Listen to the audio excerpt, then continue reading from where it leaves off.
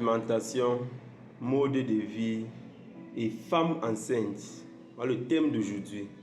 Bonjour les amis, aujourd'hui je vais vous parler un peu de quelques petites notions que doit respecter une femme enceinte.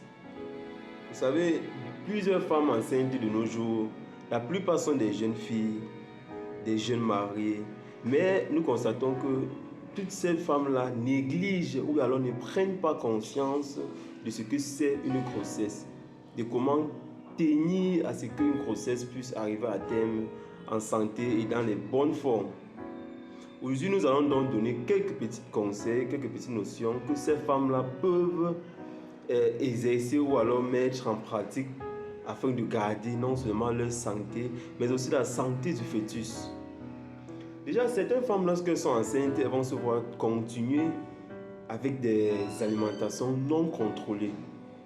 Ce qui est déjà très banni dans notre domaine parce que une alimentation non contrôlée peut porter atteinte à votre santé. Et qui dit porter atteinte à votre santé, dit également porter atteinte à la santé du fœtus.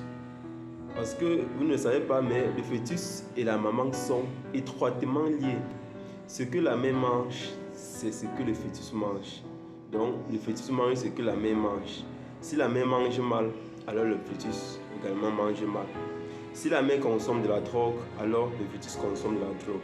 Si la mère consomme un médicament non conseillé, alors le fœtus consomme également cela. Donc aujourd'hui, je vais tirer un peu l'oreille de ces femmes-là afin que nous ayons des grossesses qui arrivent à terme en bonne santé.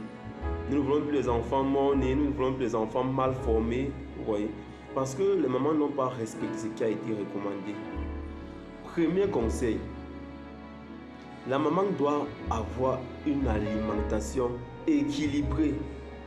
Donc on dit équilibré, c'est vraiment équilibré. Ça veut dire dans son alimentation, il doit contenir les différents groupes d'aliments que nous connaissons. Mais les principaux ici, nous allons dire en gros les nutriments et surtout le fer. L'alimentation de la femme enceinte doit être riche en nutriments, en fer et en fibres alimentaires. Et n'oubliez pas que lorsqu'une femme est enceinte, son échantillon de sang qu'elle a en elle est réparti avec celui de sa femme. Ce qui veut dire que si elle est anémie, alors l'enfant n'est pas bien alimenté. Voilà pourquoi son alimentation est riche. Et certains médecins, même d'ailleurs, on doit toujours prescrire les suppléments en fer à chaque femme enceinte qui vient. Parce qu'on vous connaît, on va vous dire consommer les aliments riches en fer. Est-ce que vous allez le faire? Non. Voilà pourquoi on va vous prescrire toujours les suppléments en fer. Sous différentes formes. Chaque femme enceinte, on prescrit cela parce qu'elle ne consomme pas suffisamment de fer. Également, si une femme enceinte ne pratique pas un peu d'activité physique, vous allez voir les enfants qui vont naître avec 5 kg, 6 kg. Très souvent, c'est la césarienne qu'on fait. Pas parce qu'on le veut, mais parce que l'enfant a un poids qui ne lui permet pas de sortir par voie basse. Ou alors, s'il sort par voie basse, la maman risque d'avoir des déchirures très graves. Ou alors des déformations du bassin. Voilà pourquoi lorsque l'enfant a un poids un peu élevé, là, on va passer par des césariennes. Donc, il est conseillé à la femme alimentaire de pratiquer un peu d'activité physique. Ce n'est pas parce que la femme enceinte qu'elle va chercher une ménagère, qu'elle va abandonner toutes ses activités, qu'elle va se coucher dans la chambre et dire « Allez m'acheter ça, allez me prendre ça, je suis enceinte. » Non, ce n'est pas ça, être enceinte. Être enceinte, c'est dire « Je continue mes activités, mais je me fixe des limites. » Il me dit « Je travaille à telle période et je me repose. » Ce n'est pas dire que je suis enceinte et on doit tout abandonner à la ménagère. On ne cherche pas une ménagère parce qu'on est enceinte. La ménagère vient juste vous accompagner dans vos tâches. Donc, alimentation équilibrée, activité physique et également respectez vos rendez-vous à l'hôpital. Respectez vos rendez-vous. Il y a certaines femmes là qui vont être enceintes et dire « Ah, la dernière fois j'étais enceinte, j'ai fait tous mes rendez-vous, ça a tout de quoi et gaspiller l'argent inutilement. » Non. Cette grossesse est différente de l'autre, qui sera différente également de celle à venir.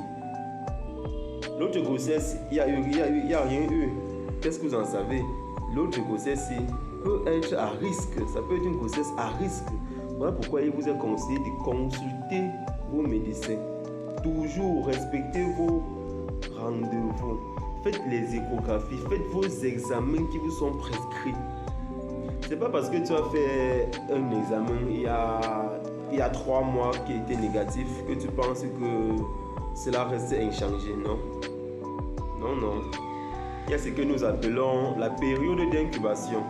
Ça veut dire que je peux te faire un examen aujourd'hui, il est négatif, tu reviens dans 2 semaines, j'ai fait, et il est positif. C'est pas pour rien quand on vous prescrit un examen, c'est pas pour vous arnaquer, c'est pas pour vous prendre de l'argent, c'est pas pour vous faire perdre votre temps, non. C'est parce qu'il y a des précautions que nous devons prendre afin de permettre à ce que votre grossesse arrive à bon terme et l'enfant en santé. De grâce, respectez votre alimentation, pratiquez une activité physique et respectez vos rendez-vous. Respectez vos rendez-vous.